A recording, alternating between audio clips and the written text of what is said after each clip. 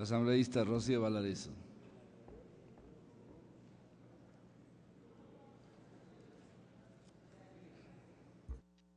Señor presidente, compañeras y compañeros asambleístas, en realidad es motivo de satisfacción. Yo quiero iniciar mi intervención felicitando el trabajo que ha desplegado el presidente y lógicamente todos quienes conforman la comisión, del primero al último compañero que integran dicha comisión, porque ha sido un trabajo tenaz en beneficio de nuestra patria, y eso hay que resaltarlo por ese excelente trabajo realizado. En uso de mis atribuciones constitucionales y legales me permito formalizar las siguientes observaciones al Código de Ordenamiento Territorial COTAC, el mismo que recoge en su mayoría criterios y consideraciones efectuadas en la última reunión de trabajos realizadas con usted y los miembros de la comisión, con los miembros de los consejos provinciales del Ecuador, con el CONCOPE y diferentes organizaciones que ustedes tuvieron la gentileza de recibir a todos y cada uno de ellos. Las observaciones realizadas buscan desarrollar los conceptos que consoliden la autonomía política, administrativa y financiera de los gobiernos autónomos descentralizados, estableciendo claramente ámbitos de acción y competencia de los diferentes niveles de gobierno en el marco de la reforma para la administración del Estado, contemplada en la Constitución Política de la República. Estoy segura que las reformas planteadas merecerán vuestro estudio y aceptación. El filósofo Immanuel Kant decía con acierto que la paz es el resultado de la influencia de la moral en la política. Aspiro, por tanto, con honradez y naturalidad a argumentar las reformas presentadas.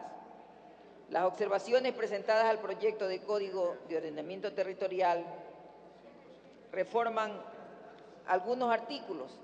Tenemos un listado de observaciones, pero entiendo que algunos compañeros desean intervenir.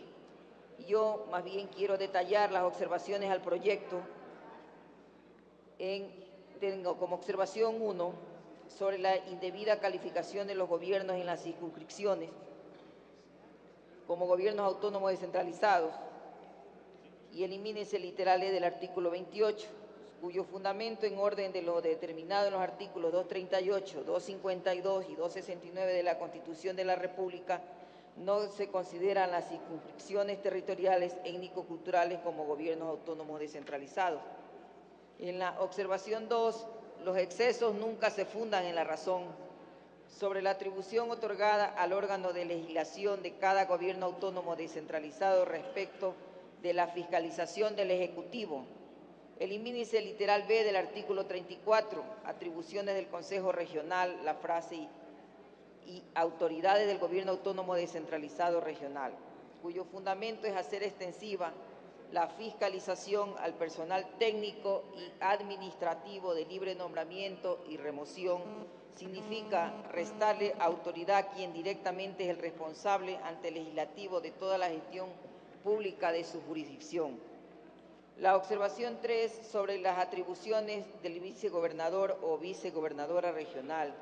Sustitúyase el literal A del artículo 39 en las atribuciones del vicegobernador o vicegobernadora la frase un día sin requisito de delegación por la siguiente: 3 días previo al encargo correspondiente.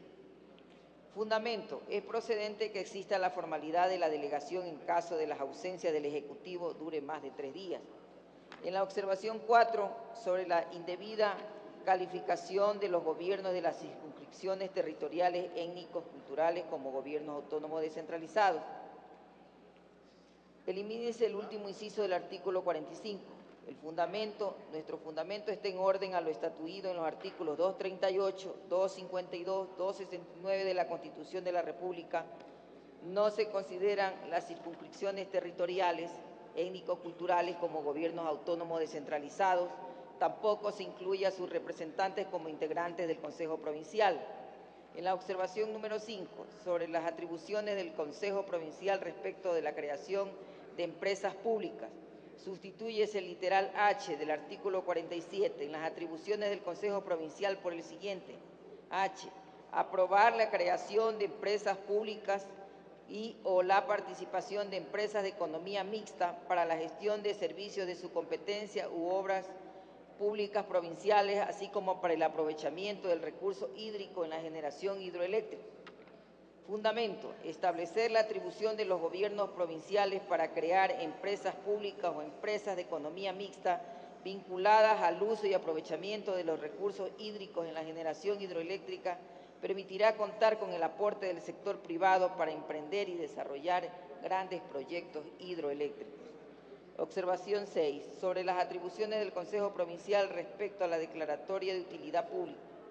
Elimínese el literal I del artículo 47, atribuciones del Consejo Provincial del proyecto, fundamento del artículo 58 de la Ley Orgánica del Sistema Nacional de Contratación Pública, aprobada por la Asamblea Nacional Constituyente y en vigencia desde el 4 de agosto del 2008, confiere esta atribución a los máximos personeros o autoridades de los gobiernos autónomos descentralizados y demás instituciones del sector público. En igual forma, el artículo 451 del proyecto de COTAC determina que el citado acto administrativo es responsabilidad exclusiva de las máximas autoridades administrativas de los gobiernos regional, provincial, metropolitano, municipal, debidamente motivado. Observación 7. El poder nunca es sólido cuando es desmedido. Sobre la atribución otorgada al órgano de legislación de cada gobierno autónomo descentralizado respecto de la fiscalización del Ejecutivo, elimínese el literal M del 47, atribuciones del Consejo Provincial, la frase y autoridades del Gobierno Autónomo Descentralizado Provincial. Fundamento: hacer extensiva la fiscalización al personal técnico y administrativo de libre nombramiento y remoción significa restarle autoridad a quien directamente es el responsable ante el legislativo de toda la gestión pública de su jurisdicción. Observación 8. Sobre las atribuciones del prefecto provincial, elimínese por una sola vez en el literal J del artículo 50, atribuciones del prefecto o prefecta provincial, el siguiente texto. Los convenios de crédito o aquellos que comprometan el patrimonio institucional requerirán autorización del Consejo Provincial en los montos y casos previstos en las ordenanzas provinciales que se dicten en la materia. Fundamento: se plantea la eliminación del texto citado por encontrarse repetido debido a un laxus calamo. Observación número 9. Sobre las atribuciones del viceprefecto o viceprefecta, sustitúyase el literal A del artículo 52 del proyecto la frase un día sin requisito de delegación por la siguiente: 3 días previo al encargo correspondiente. Fundamento: es procedente que exista la posibilidad de la delegación en caso de las ausencias del Ejecutivo dure más de 3 días. Observación 10. Sobre la atribución otorgada al órgano de legislación de cada gobierno autónomo descentralizado respecto a la fiscalización del Ejecutivo, elimínese del literal N el artículo 57, atribuciones del Consejo Municipal, la frase y autoridades del gobierno autónomo descentralizado municipal. Fundamento: hacer extensiva la fiscalización al personal técnico y administrativo de libre nombramiento y remoción significa restarle autoridad a quien directamente es el responsable ante el legislativo de toda la gestión pública de su jurisdicción. Observación número 11. Sobre las atribuciones del vicealcalde o vicealcaldesa. Sustitúyase del literal A el artículo 62, atribuciones del vicealcalde o vicealcaldesa, la frase un día sin requisito de delegación por la siguiente: 3 días previo al encargo correspondiente. Queda un minuto, asambleísta. Fundamento: es procedente que exista la formalidad de la delegación en caso de las ausencias del Ejecutivo dure más de 3 días. En todo caso, compañeros asambleístas, por la premura del tiempo y en virtud que se me agota, haré llegar todas las sugerencias con el fin de que ustedes las acojan, por supuesto. Yo solo quiero concluir diciéndoles pues que hay que modificar algunas cuestiones que están previstas, están dentro del artículo 299 de la Constitución, en tal virtud es procedente la eliminación de la disposición que permite la posibilidad de que el órgano legislativo pueda modificar las asignaciones. Con esto, compañero, en virtud que se me concluye el tiempo, quiero hacerle llegar a usted, compañero Virgilio, todas las observaciones que creo a bien tenerlas. Muchísimas gracias, compañero presidente, y a ustedes.